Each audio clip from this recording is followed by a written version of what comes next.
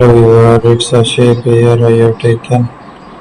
We will generate some different designs and clones of these shapes. So in Photoshop you can adjust, create and customize the images, create the designs here, explore the new shapes. I will try another design. So keep making the shapes again.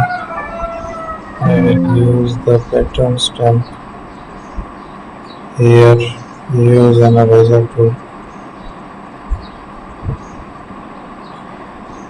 So I will go back to the shape 5, add a paint over the selected area. It's fascinating to create another design over that shape.